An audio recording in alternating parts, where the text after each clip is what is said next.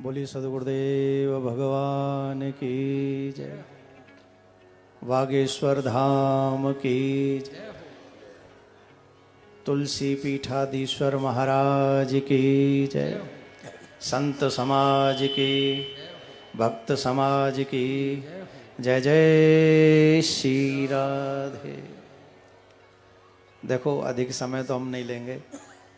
हमारा बड़ा सौभाग्य है कि आज के युग के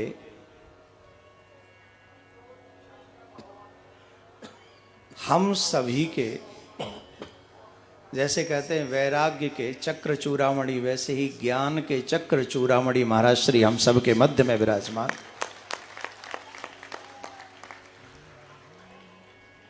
एक तरफ बागेश्वर हनुमान जी महाराज विराजमान हैं, इनके लिए कहा जाता है ज्ञानी नाम अग्रगण्यम।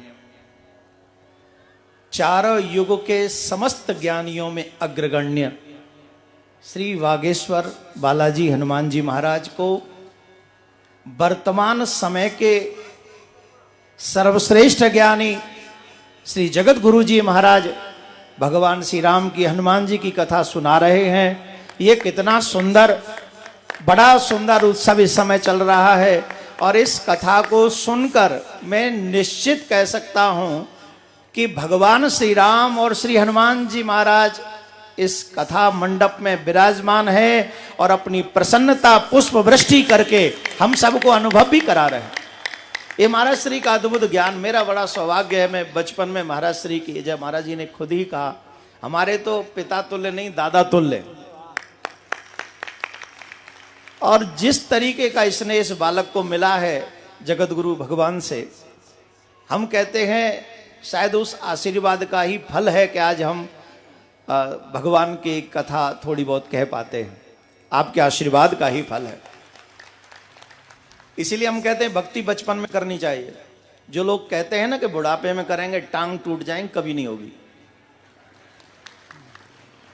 बुढ़ापे में तो ठटरी भरे। महाराज, बुढ़ापे में भजन नहीं होता है। पिछली बार जब हम कथा करने आए थे तब ऐसे बरा रहे टटरी, हाँ तब से बर रही। तो हम लोगों का परम सौभाग्य है कि महाराज श्री के जगत गुरु भगवान के सानिध्य में बैठकर, देखिए, जब तक बालक अपने माता पिता के समक्ष नहीं बैठता, जब तक बालक अपने टीचर्स के सामने नहीं बैठता, जब तक बालक अपने सदगुरुदेव भगवान के आगे नहीं बैठता, न तो उसे जीने का ढंग पता चलता है और ना ही उसे भगवान से कैसे मिलना है उस मार्ग का पता चलता है।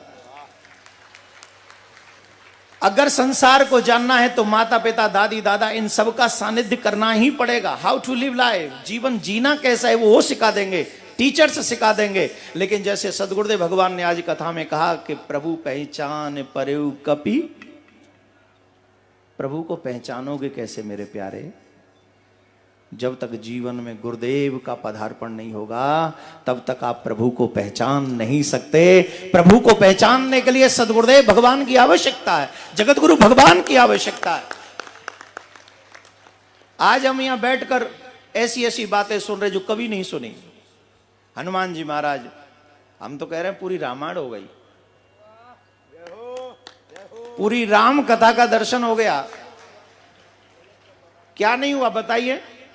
हमने राम विवाह सुन लिया, राम जी के साथ बचपन में हनुमान जी बाल लीला करते रहे वो सुन लिया, सीता जी का हरण सुन लिया, और नरसिंह रूप में हनुमान जी जब प्रश्न पूछ रहे हैं तो ये भी सुन लिया कि आप चिंता मत कीजिए, हम सभी राक्षसों को वैसे ही उनका सीना चीर देंगे जैसे आपने नरसिंह बनकर हिरण्यकश्यप का सीना विदीर्ण कर दिया था।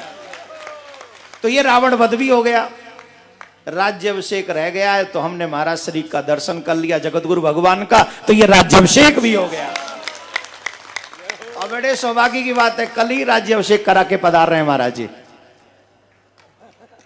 कल राज्याभिषेक करा के आ रहे हैं महाराज श्री, बुलडोजर बाबा का। हाँ, जोर से बोलना पड़ेगा, ऐसे नहीं प्यारे, जोर से। तो हमारा परम सौभाग्य है कि जगत गुरु भगवान के इन अमृतमयी कहें आज के समय के साक्षात वाल्मीकि ऋषि यहां पर विराजमान है। मेरे बहुत प्यारे भैया, वैसे मुझे बड़ा कहते हैं और उम्र में तो हूं ही, पर ज्ञान में तो आप ही बड़े हैं। कृपा गुरुदेव भगवान की आपके ऊपर अधिक है, उसमें भी बड़े हैं। बागेश्वर धाम की भी बड़ी कृपा, बालाजी महाराज की, सन्यासी बाबा की भी बड़ी कृपा है। तो हम लोग चर्चा कर रहे थे इस बीच में और कह रहे थे कि ऐसी महफिलें सजती रहें जिससे हमारे युवाओं का ध्यान भगवान की कथाओं में और भगवान की तरफ लगा रहे। हमारे मध्य श्री युवराज श्री भी विराजमान है, श्री रामचंद्र दास जी महाराज, उनका भी बड़ा स्नेह हमें प्राप्त रहता है। महाराज बद्री विशाल से जो महाराज जी यहाँ यज्ञ करवा रहे हैं, उनका भी बड़ा आशीर्वाद हमें प्राप्त। जितने भी संत हैं उन सभी के चरणों में नतमस्तक होते हुए, उन सभी को मैं कुछ सुनाने के लायक नहीं हूं, लेकिन जो युवा बैठे उनसे एक बात जरूर कहूंगा। सुनना चाहोगे कि नहीं? देखो, महाराज जी से सुनना है और युवाओं को सुनाना है। सुनाए सुनाए हनुमंत कथा सुन रहे हो तो हनुमान जी से 2 कार्य अवश्य सीखो, और वो 2 कार्य अगर आपने सीख लिए तो मैं विश्वास के साथ कहता हूं आप अपने जीवन में कभी फेल नहीं होगे, आप अपने जीवन में कभी मुड़कर नहीं देखोगे, आप कभी असफलता का रोना नहीं रोओगे अगर हनुमान जी महाराज से आपने ये सीख लिया। अब पूछिए क्या? तुम क्या पूछोगे? हम बताएंगे ही, हम बिना बताए थोड़ी जाएंगे। जब शुरू कर दिया 2 बात सीख लो। पहली बात, भगवान श्री राम की दासता उन्होंने किस तरह की। जब आप अपने मां बाप की, अपने गुरुदेव की कोई सेवा करते हो तो इसके बदले में आप कुछ पाने की इच्छा मत रखो। जो पाने की इच्छा रखते हैं वो सेवा नहीं करते, वो दास नहीं होते, वो बिजनेसमैन होते हैं। गिव एंड टेक सिस्टम है। मैं आपकी सेवा कर रहा हूं, आप मुझे ये दे दीजिए। हनुमान जी महाराज ने आजीवन भगवान श्री राम की सेवा की, आजीवन, आज भी कर रहे हैं। चारों युग प्रताप तुम्हारा, आज भी हनुमान जी महाराज आज भी राम जी की सेवा कर रहे हैं। कभी कभी महाराज जी के हृदय में प्रकट होकर राम कथा कहते हैं, कभी प्रत्येक कथाकार के हृदय में प्रकट होकर राम कथा सुनाकर आप लोगों को जगा रहे हैं। ये आज भी राम जी की सेवा उनकी जारी, आज भी जारी है। मैं आपको एक और बात कहूंगा, ये मत सोचना कि ये इनका दर्शन कीजिए जगत गुरुदेव भगवान का, ऐसा लगता है कई बार जैसे साक्षात हनुमान जी, उनके चेहरे का वो जो तेज है, अद्भुत तेज प्रकट होता है, प्रस्तुत होता है, अद्भुत तेज होता है महाराज। कई बार तो आंखें टिकती नहीं है, झुक जाती हैं पल के अपने आप, क्योंकि वो तेज ऐसा लगता है जैसे साक्षात हनुमान जी महाराज। वो दृश्य आप दर्शन कर रहे थे जब पुष्प तोड़े, और किस तरीके वो दर्शनीय है महाराज जी की, वो साक्षात हनुमान जी महाराज प्रकट होते, ये समझना चाहिए।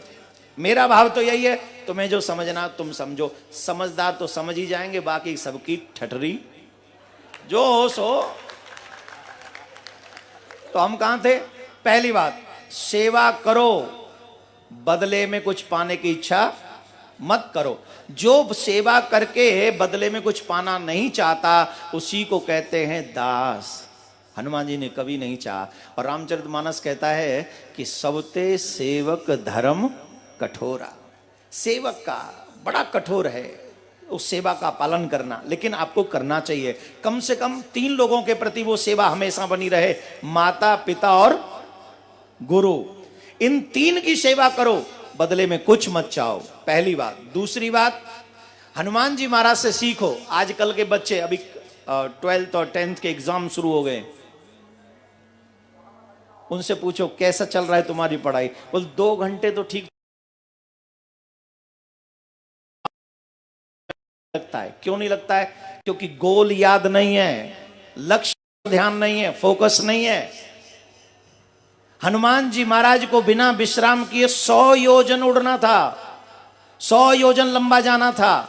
मैनाक पर्वत बीच में आ गए और मैनाक पर्वत ने कहा कि आपको बहुत दूर जाना है, थोड़ी देर विश्राम कर लो। तो हनुमान जी महाराज का वाक्य क्या है?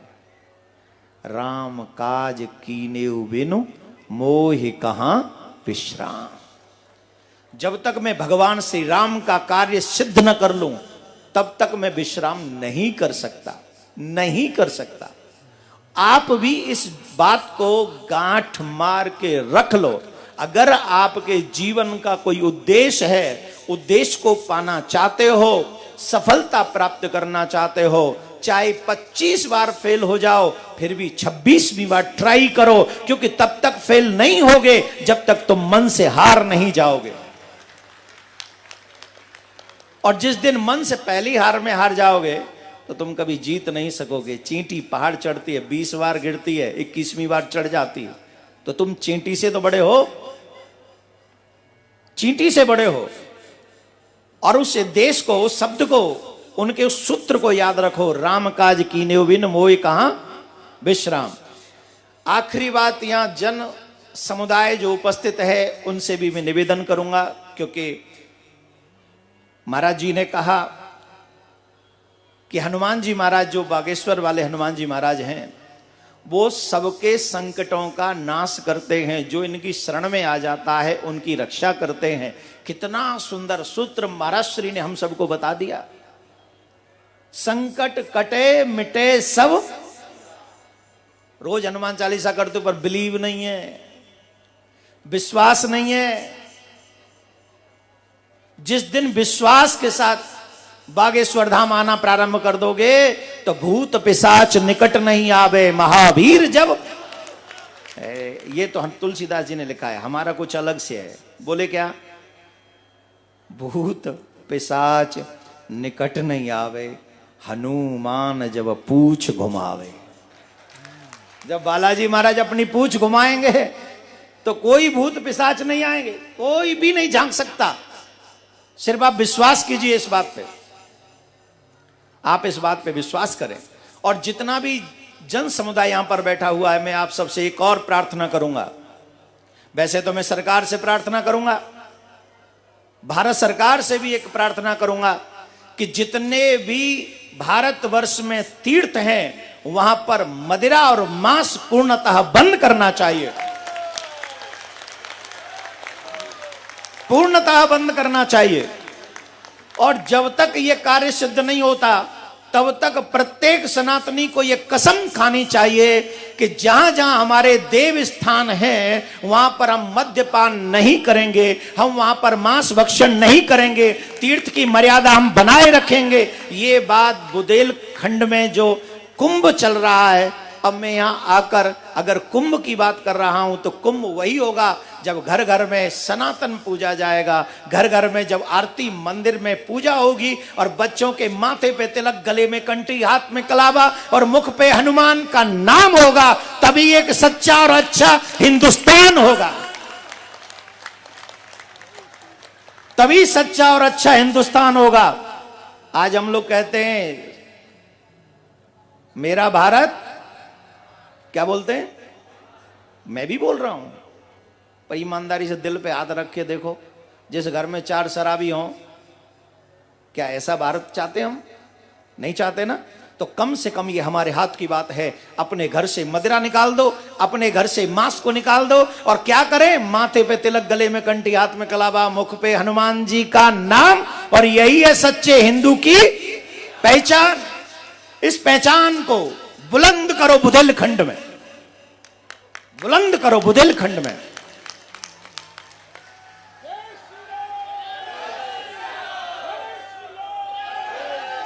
तुम इतना धीरे बोलते हो तभी तो ढीले रह जाते हो, जोर से बोलना पड़ेगा और जोर से बोलना पड़ेगा। देखिए, महाराज जी की कृपा से राम मंदिर बनना प्रारंभ हो गया है और जगत गुरु भगवान के चरणों में एक और अर्जी लगाए जा रहा हूं। अब मथुरा का और नंबर ले लीजिए, इन 5 सालों में सोई चकाचक हो जाए।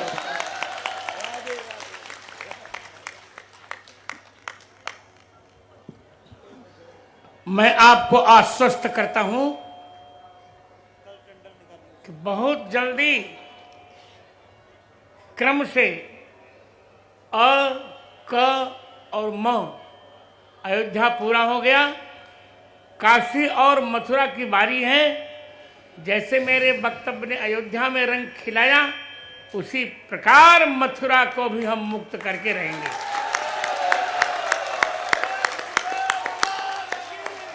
बोले सद्गुरुदेव भगवान की। अब तो भगवा फहराएगा। अयोध्या में राम आ गए तो मथुरा में भी कन्हैया आएगा। मथुरा में भी कन्हैया। देखो, हम भगवान नहीं कहते इनको, ब्रजवासी है ना, चक्कर चलता है अपना इनके साथ। राम जी को भगवान कहने में हमको कोई तकलीफ नहीं होती, लेकिन जब कन्हैया की बारी आती है तो वो पता ही नहीं, वो फीलिंग डेवलप नहीं हो पाती है उनके साथ। तो मथुरा में कन्हैया आएगा, इसमें कोई दो राय नहीं है। अधिक महाराज श्री के आगे मैं नहीं बोलूंगा। पुनः पुनः बागेश्वर धाम वाले महाराज जी, मेरे प्यारे प्यारे, मेरे बहुत प्यारे, मेरे बहुत बहुत, अब इनको भैया कहने में भी डर लगता है, पता नहीं कौन सा सैनिक पीछे छोड़ दें। अब कहीं जाके पता करो ये कर क्या रहा है, बोल क्या रहा है। तो इसलिए इन भैया कहना इसलिए पड़ता है कि कभी तो है ना अपनी सेफ्टी बनी रहे। राधे राधे बोलना पड़ेगा। तो अधिक समय न लेते हुए मैं अपनी वाणी को एक छोटे से दो पंक्ति के साथ भजन गाकर, आप जिसमें नृत्य कर सकें ऐसा एक भजन गाकर दो पंक्ति, और उसके बाद वाणी को विश्राम देंगे। पुनः महाराज श्री के चरणों में कोट कोट कोट कोट कोट कोट अनंत अनंत प्रणाम करता हुआ एक आशा के साथ के आपका आशीर्वाद इस जीवन में इस बालक पर हमेशा बना रहे, और जब तक ये जीवन रहे तब तक आपका दर्शन होता रहे, तब तक आपका दर्शन हो। अभी होली निकल के गई है और महाराज जी अभी होली की बड़ी प्रशंसा कर रहे थे कि प्रिया कांजू के मंदिर में होली बड़ी अच्छी हुई। देखी आपने टीवी पे कहीं किसी ने? अच्छा, तो हमारे यहाँ तो होली के बाद भी होली होती रहती है। होती है कि नहीं? हमारे ब्रज में तो हुरंगा होता है। गए हो कभी ब्रज में? नहीं गए? त्यारी तो बात और ना है, का होगा। आइए एक भजन गाएंगे होली का, बहुत प्यारा है, बहुत प्यारा है, बहुत प्यारा, मिलके गाएंगे। दूसरा है तीसरा है? दूसरी से ले लो। आइए भजन सुनेंगे होली का। लगवाए ले तनिक गुलाल गोरे गालन पे, लगवाए ले तनिक गुलाल गोरे गालन पे, लगवाए ले तनिक गुलाल गोरे गालन पे। ओ गालन पे गोरे गालन पे, गालन पे गोरे गालन पे, लगवाए ले लगवाए ले तनिक गुलाल गोरे गालन पे, लगवाए ले तनिक गुलाल गोरे गालन पे।